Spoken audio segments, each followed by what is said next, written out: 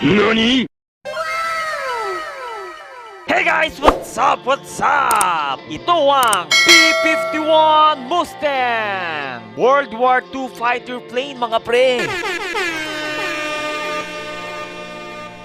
Ilang taon na din nung una ko tong ginawa. Wala pang trowel tool noon mga pre. Pero ngayon, super major upgrade ang ginawa ko dito. Siyempre, papakita ko din kung paano ko to ginawa. Pero sa ngayon, pakita ko muna kung anong meron dito. Tignan nyo tong mechanics mga pre.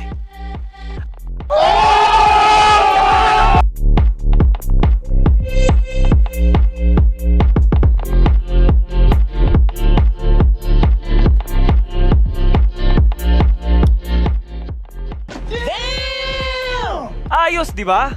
Tara, lipad tayo. Ops, pero bago tayo lumipad, take off muna tayo. O, di ba? Pwede pang paandarin kahit nasa baba pa. Okay, let's go. I'm in position.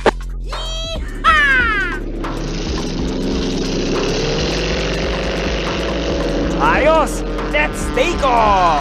Go, go, go! Itago ang landing gears.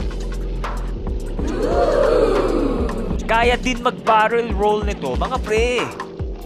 What? At stable din ito kahit pasandamukal na mechanics ang nakakabit dito. Kasi gamit ko ang jet mechanics ni Lava Flows. Ayos, di ba?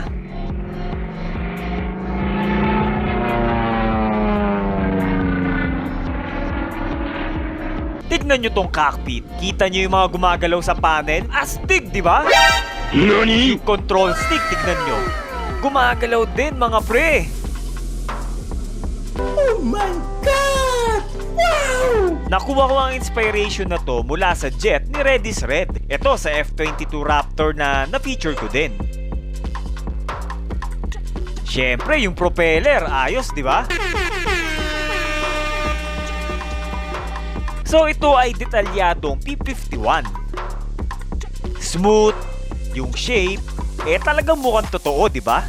Sana magustuhan nyo mga pre. Ilalagay ko ang mga importanteng link sa description mga pre para mabuild nyo din tong P-51. At kung di pa kayo nakasubscribe mga pre, subscribe na kayo. Click the notification bell na din. Please like and share the video na rin. Thanks for watching mga pre. Bye-bye!